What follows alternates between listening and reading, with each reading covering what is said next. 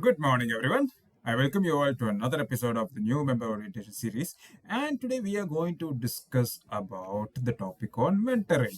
So, in Toastmasters, whenever you join any club, you will be assigned a mentor. So, the responsibility of a mentor is for to guide you in your Toastmasters journey. How can you learn and grow in once you become a Toastmaster? So, that is his or her responsibility as a mentor.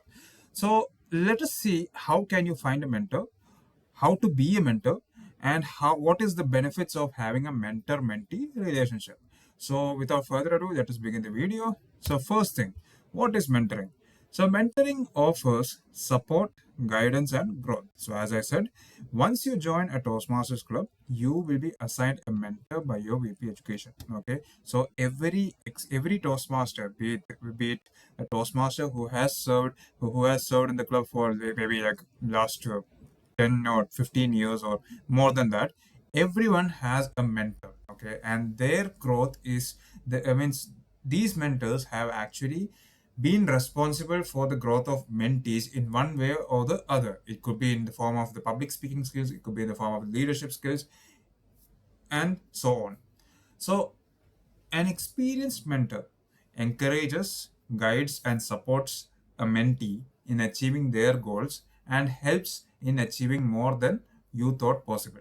Basically, they are pushing your envelope. They are actually setting the bars high, and also they are and they are also pushing you in order to achieve those goals. So that is the purpose of having a mentor. Okay. Now, let us understand the difference between the two words, mentor and mentee. So, mentor is basically an experienced member who guides and supports you through in your journey, whereas mentee is a new member who seeks guidance and growth. Okay, so a mentor is the one who mentors the mentee. Okay, so mentor is someone who sees more talent and ability within you than you see in yourself. That is, in case if you have any skill or talent that the mentor recognizes, then accordingly the mentor will advise you on how to proceed to achieve that particular goal, or how to improve your skill in that particular direction. So a mentor is actually the one who gives you a sense of direction towards your goal. Now, how to find a mentor? As I said, once you join a club, you will be assigned a mentor by the VP Education or the president. In case if the VP Education or the president doesn't assign you, you go ask them, and then it is their responsibility to assign you a mentor. Okay. The second thing is you need to choose someone whose skills or experience match your goal.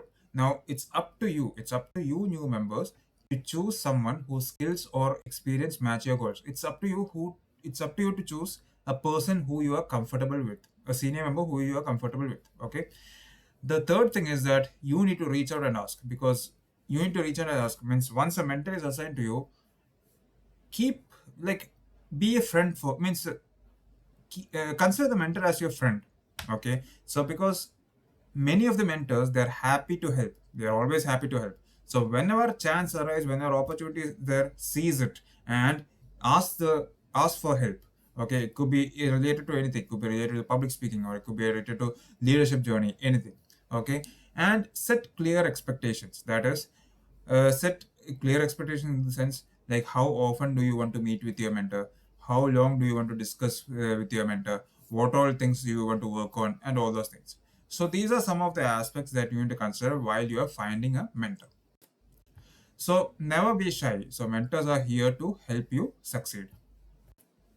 Now, being a mentor, so what all are the skills, like what are the skills that you need in order to become a mentor, or how can you be an effective mentor?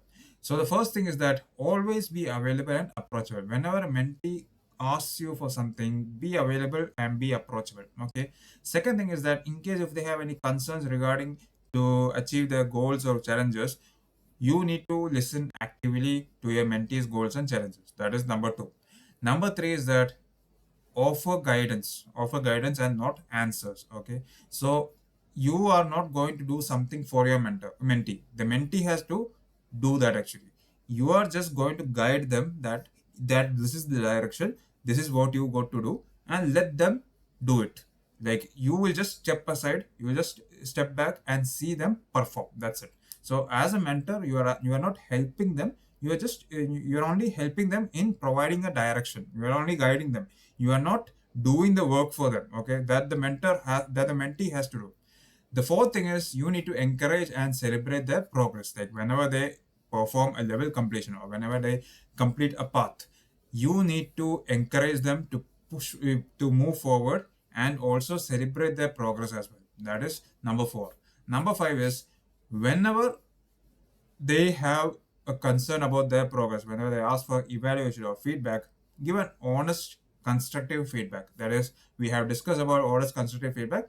Of course, you should constructive feedback in the sense you should highlight the positives, then you should highlight the areas of improvement.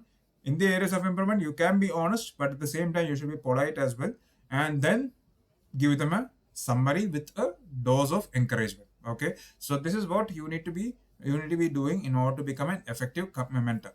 Now, great mentors, they actually empower. Okay, they don't direct. You are not becoming a manager for them. You are actually just becoming a mentor. You are just going to direct them on how can they achieve their goals. So this is all about being a mentor.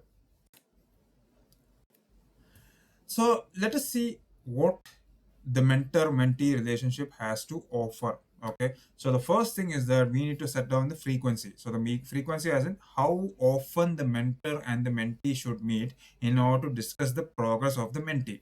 So the meetings can happen regularly.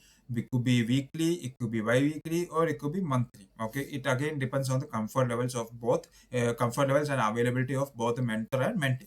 Now the topics that can be discussed are, it could be about the speech preparation, it could be about the role preparation, it could be about the pathways progress, it could be about leadership goals, or any other things related to Toastmasters. Okay, and the tone should be the tone that is the tone of conversation between a mentor and a mentee should be in such a way that the mentor supports the mentee. The mentor should be honest at the same time, but at the same time they should be polite as well. Okay, it should not, whenever they give a feedback, they should not be hurting the self-esteem of the mentee.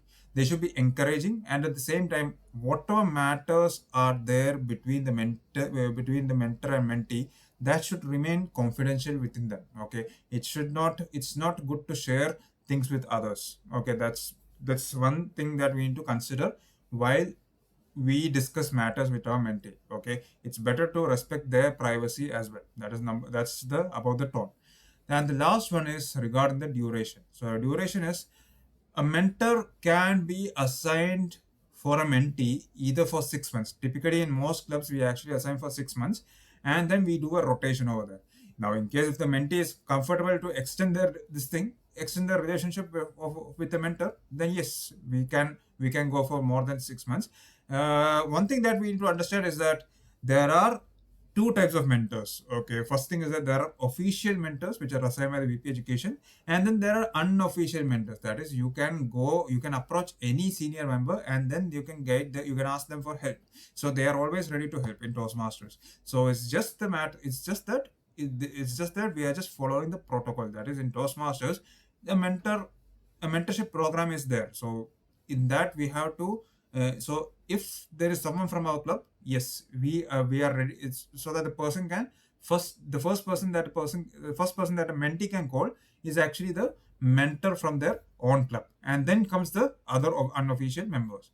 So these are the aspects which you need to consider for the mentor-mentee relationship. And let us see what are the benefits for both the mentors and the mentees. So first we will discuss about the mentees. So for the mentees, first thing is that they will learn faster. The second thing is they will increase their confidence. Third thing is they will have a clear direction. Fourth one is they will be having support and encouragement. That is for the mentee. Whereas for the mentor, they can develop their own skills. They can gain satisfaction from helping others. They can practice leadership and coaching, and also they can build meaningful connections with their mentees. Okay, so these are the benefits for the mentee and the mentor. So to summarize, the key takeaways are, first thing is that you need to find a mentor. Okay, now in case if you are not assigned a mentor, you can approach the VP Education or the president to ask for mentor. Now if you have someone in your mind, please give their names so that the VP Education can assign that person for you as a mentor. Okay, that is number one. Number two is you have to be a mentor. Okay, I'm talking about the experienced members. The experienced members should grab the opportunity of becoming a mentor, because what happens is you are developing your listening skills. You can actually guide the new members. You can gain satisfaction from helping others. You can encourage them and give them feedback. That is number two. Number three is when a mentor and mentee relationship, when both mentor and mentees are assigned, establish a relationship, build the relationship. Okay, don't do it for the sake of the mentorship program. Establish build the relationship, have regular check-ins, be honest and be supportive for each other. Okay, so that is the idea behind building the relationship. So with this we conclude the topic on mentorship. In case if you have any questions, queries or concerns regarding the topic of mentoring, please do post them in the chat box and I'll be happily obliged to answer your questions. Thank you once again for listening and looking forward to seeing you all in the next video. Thank you.